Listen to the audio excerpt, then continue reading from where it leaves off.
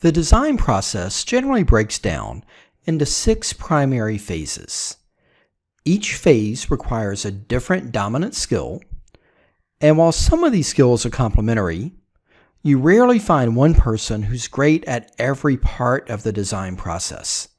This usually means that you have a design team with different people specialized in each tactical element, or some combination of elements.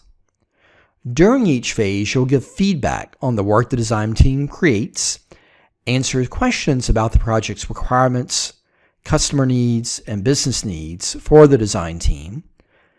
Product managers will facilitate any needed communication with the engineering lead or other stakeholders and shepherd the process along.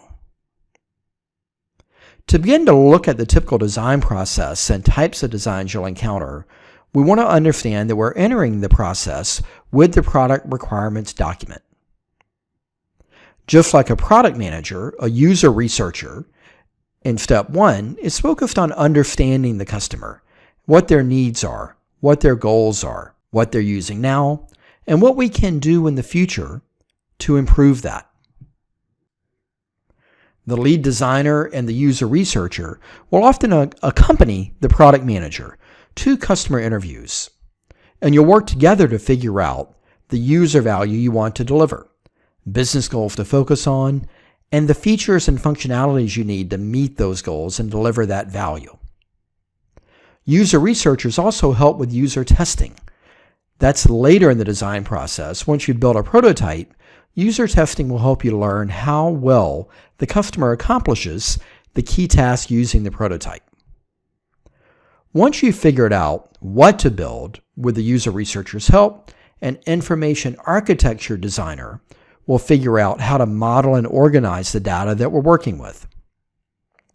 Information architecture is very much a structured step, asking what information a user should see first, second, third, and so on. They might create a data model explaining how the underlying product will conceptually be represented to the customer, along with the block diagrams expressing in what order to present this information.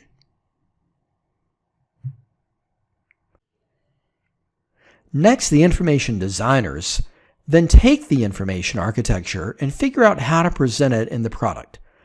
They're the ones who focus on how a customer navigates through the product, what UI controls you use, how many steps it takes to achieve common tasks, and more. As the skill implies, they're the ones really focused on how you use the product. It's common to find designers who specialize in IA and interaction design. This is also the step where engineering lead will start to get involved, providing the design team with feedback about the technical feasibility of the designs.